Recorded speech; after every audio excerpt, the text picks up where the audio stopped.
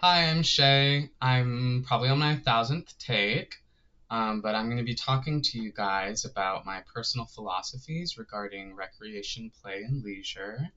Um, I'm also going to be talking about why I think it's important that we develop our own personal philosophies because to me, I believe that that is how we find value, purpose, and meaning in the things that we do throughout our own individual lives, as well as our professional careers and how we help people.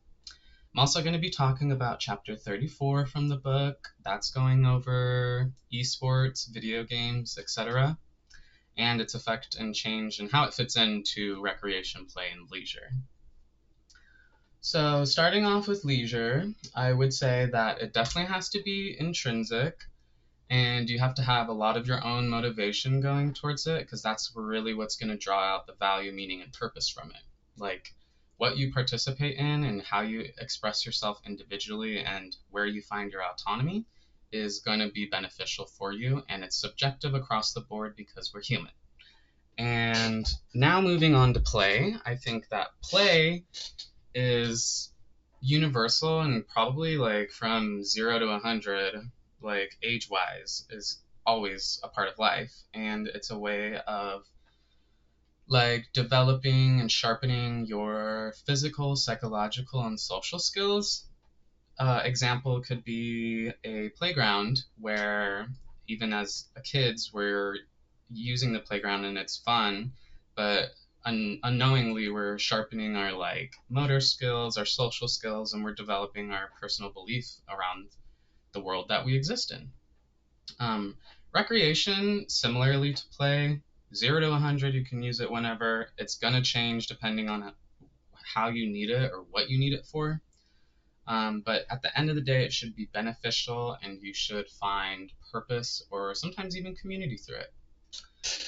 Now, for professional application, I think that video games do a great job at exemplifying non traditional formats of individual expression, play, and other leisure surrounding things. Um, Personally, I'd rather watch paint dry than any sporting game. So to have this like community where I can socialize, I can find my own individual expression and build off like friendships and create things and feel like I have purpose and meaning in it while expending like zero energy is really, really nice for me. And I think that that can transcend into a professional level because it's exemplifying like how people are individuals and find meaning in different things instead of traditional ways of finding meaning. Just kind of how going back to like the recreation side of John Muir kind of being like, recreation means to be alone in the woods and to find yourself and this is how you recreate. But like that's not obviously true and people find different meanings in different things, and I think it's good to keep an open mind and see the benefit in things that you may not like. Like I can't stand sports, but I can say that like yeah, gives people socializing, it gives people community, and it gives people something to look forward to.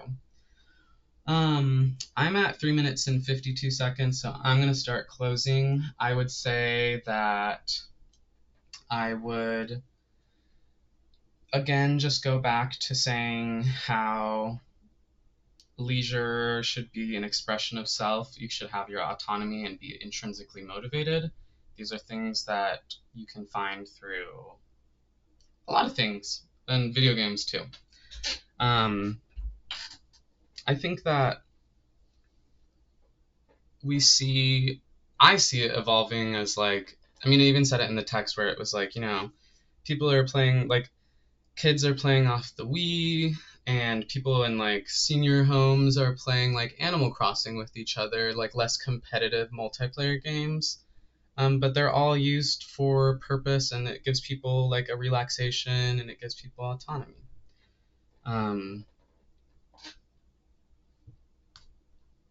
why is it? I think that's like honestly pretty good, but I'm gonna watch this back. Hopefully, yeah.